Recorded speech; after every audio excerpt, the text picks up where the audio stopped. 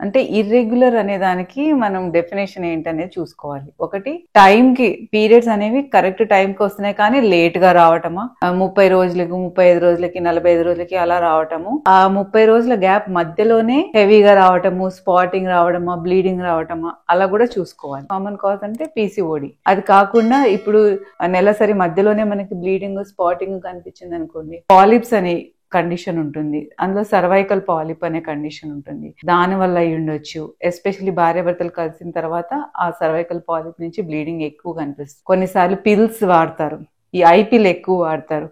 ఐపిల్ వాడిన తర్వాత కూడా మధ్యలో మనకి ఇర్రెగ్యులర్ బ్లీడింగ్స్ కనిపిస్తాయి. 21 day pills, routine hormone pills వాడిన తర్వాత కూడా కొంతమందిలో బ్లీడింగ్ కనిపించవచ్చు. మనకు అండాశయాలు ఏమైనా సిస్ట్ లాంటివి వచ్చినాయనుకో, అప్పుడు కూడా హార్మోన్ ఇంబ్యాలెన్స్ వల్ల మధ్యలో ఇర్రెగ్యులర్ బ్లీడింగ్ కనిపించవచ్చు. ఈ ఇర్రెగ్యులర్ బ్లీడింగ్ కి కాజెస్ ఇది ఒకటి అని చెప్పలేము.